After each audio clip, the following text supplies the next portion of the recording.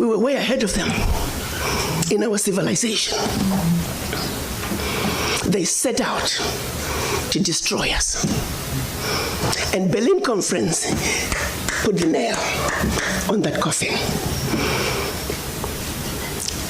So they gave Djibouti the same sovereignty as the United States.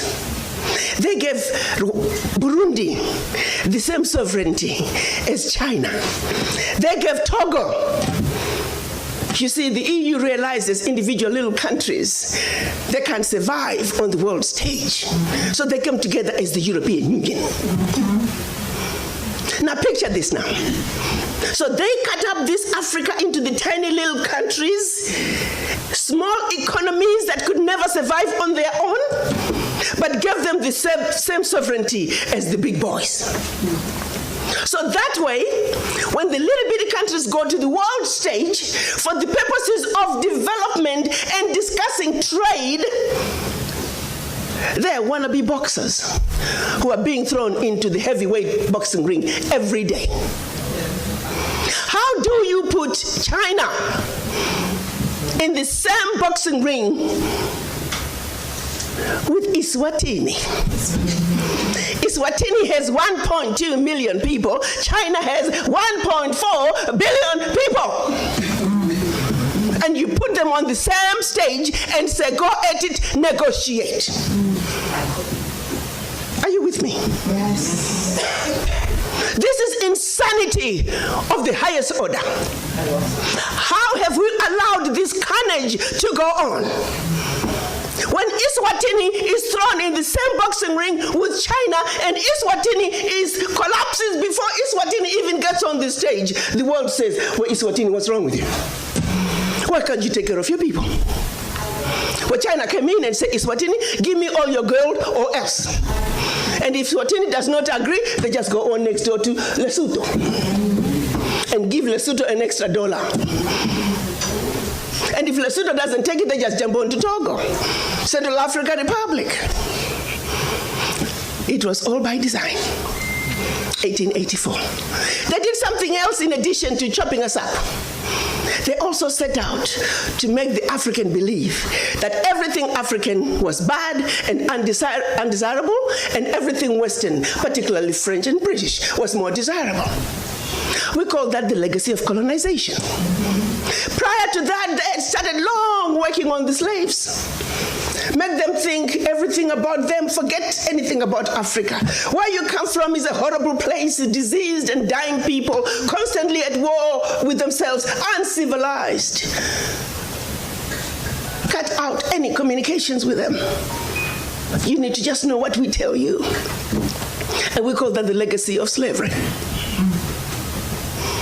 So that's where you look at where we are today. 135 years later, a system that was put in place to see to it that Africa and her children are forever defeated, that Africa is forever exploited, remains in place today, alive and well. And we sit here and we ask ourselves, why isn't Africa moving forward? Why does Africa continue to be taken advantage of? Well, I'll tell you why, very simply. Until Africa comes together as a continent speaking with one voice, one continent, one people, nothing, and I repeat, nothing is gonna change. As individual little African countries, we are wannabe boxers. We will never make it fighting against the heavyweights. We must speak with one voice. Yes. And this is exactly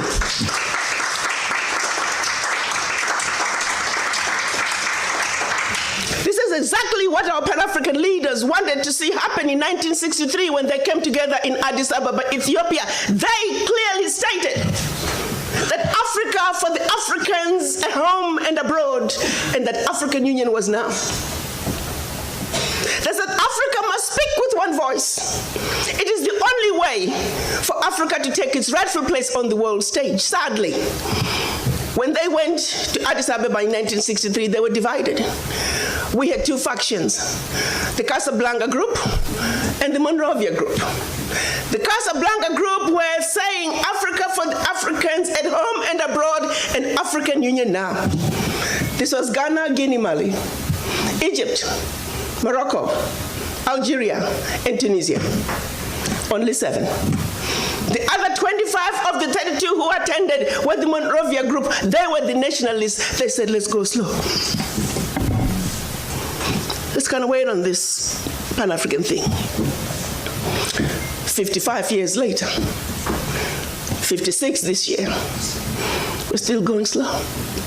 As if it wasn't bad enough that we were divided up into the tiny little countries that we are today.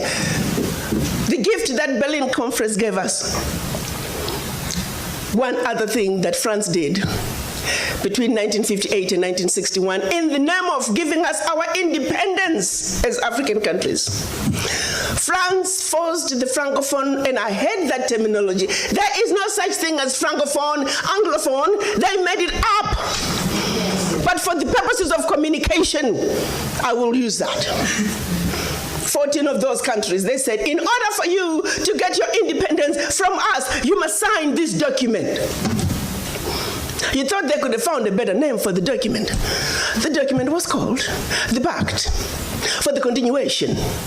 I repeat, the Pact for the Continuation of Colonization. We are talking about giving you independence, but sign this pact for the continuation of colonization in a different format. And I'm going to highlight some of those issues that they said you must agree to if you are going to be independent. Hello. Maybe we need to redefine the meaning of independence for the French.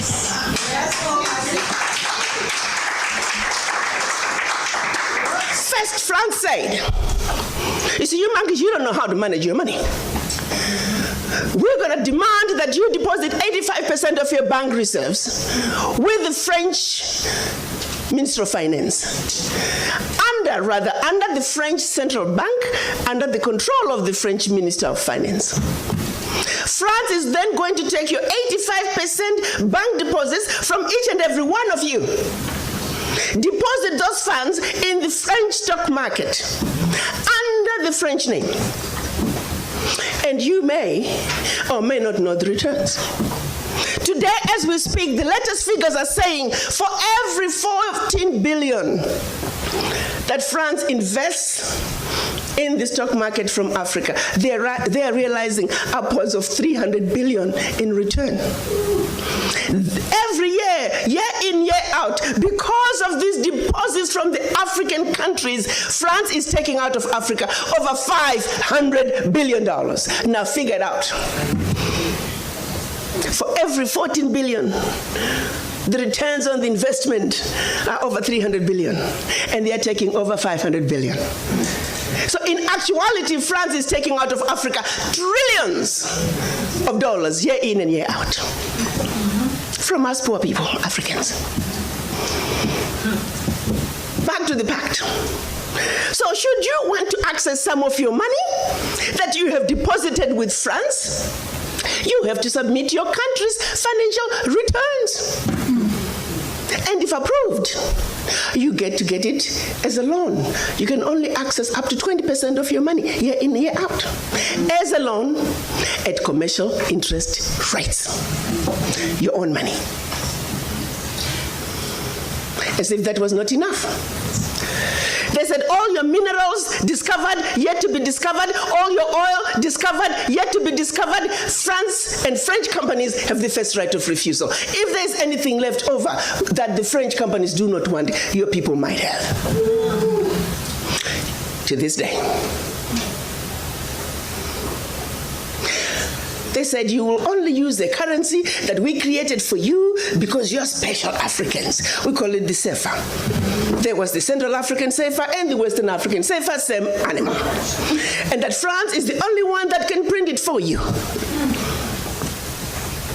1958. Fast forward. They're still printing it for us. And if you start misbehaving, they just stop printing your money.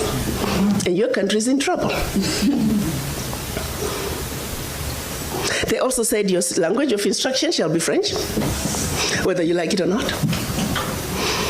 That France will have military presence in your country, that your military can only be trained by France, that you can only buy military equipment from France, that you cannot have any military alliance with your neighbor, and that in the event of war, your allegiance is only to France. And furthermore, because they have military presence in your country, they can invade you without notice should they feel that the interests of France in your country are being violated. Teach, sister, teach. Speak on, sister. Fast forward, 2019, nothing has changed. The same people who have the audacity to tell us that we are poor countries, they are taking trillions out of Africa every year. And what is the African doing? Like an obedient, programmed black man, we just give in. We know the facts, but we just do nothing about it. Now, you have to say some of the fears are real, because if France that has sold you inferior equipment to theirs, France that has trained your military to be inferior to their military, they are now in your country. They can invade you. They have the permission to do so. They can destabilize you. And then one might say, why is it that African leaders haven't done anything about this deplorable situation? Well, let me tell you, my brother and sister, they have tried. Documented to this day, 22 coups where leaders were assassinated. France had something to do with it. The first 7, when they decided they were pulling out of the CFA and that they were going to print their own money, they were assassinated.